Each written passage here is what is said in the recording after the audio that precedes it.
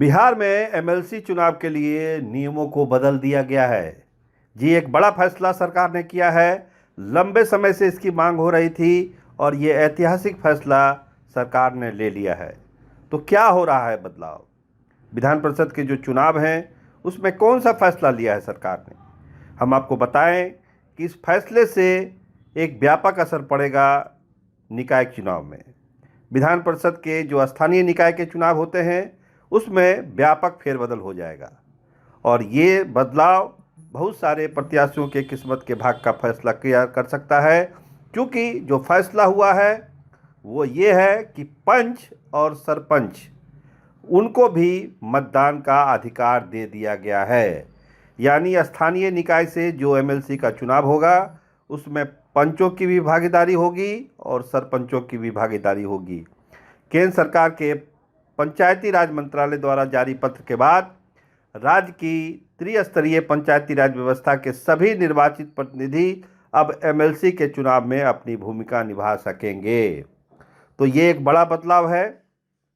अब तक विधान परिषद के स्थानीय प्राधिकारी निर्वाचन क्षेत्रों के चुनाव में मुखिया, वार्ड सदस्य, पंचायत समिति सदस्य, जिला परिषद सदस्य और नगर निकायों के प्रतिनिधि को ही वोट देने का अधिकार था।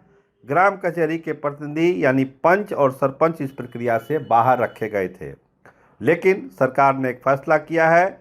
बिहार पंच सरपंच संघ लंबे समय से इस अधिकार की मांग कर रहा था, जिसे अब केंद्र सरकार ने स्वीकार कर लिया है।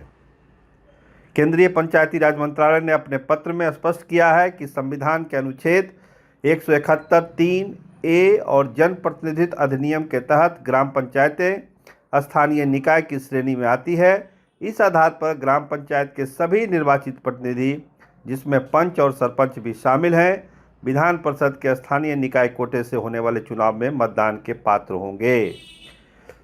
इसका असर बड़ा व्यापक पड़ेगा।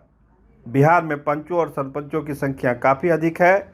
इस फैसले के बाद मतदाता सूची में हजारों नए मतदाता जुड़े जाएंगे, जिससे एमएलसी चुनाव के समीकरण पूरी तरह से बदल सकते हैं। अब प्रत्याशियों को न केवल मुखिया या वार्ड सदस्य तक सीमित रहना होगा, बल्कि गांव-गांव जाकर पंच और सरपंचों से भी संपर्क साधना होगा।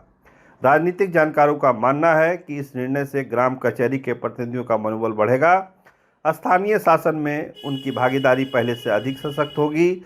साथ ही विधान परिषद चुनाव में ग्रामीण राजनीति की भूमिका और प्रभाव भी बढ़ने की संभावना है। तो एक लंबे समय से जो मांग की जा रही थी पंच और सरपंचों को मताधिकार का अधिकार देने का, तो वो फैसला हो गया है। अब इन चुनावों में जो एमएलसी का होगा स्थानीय निकाय का, उसमें पंच और सरपंच भी मतदान करेंगे। आप देखते रहिए स्टार टीवी बिहार। आपका बहुत धन्यवाद। आपका बहुत बहुत शुक्रिया।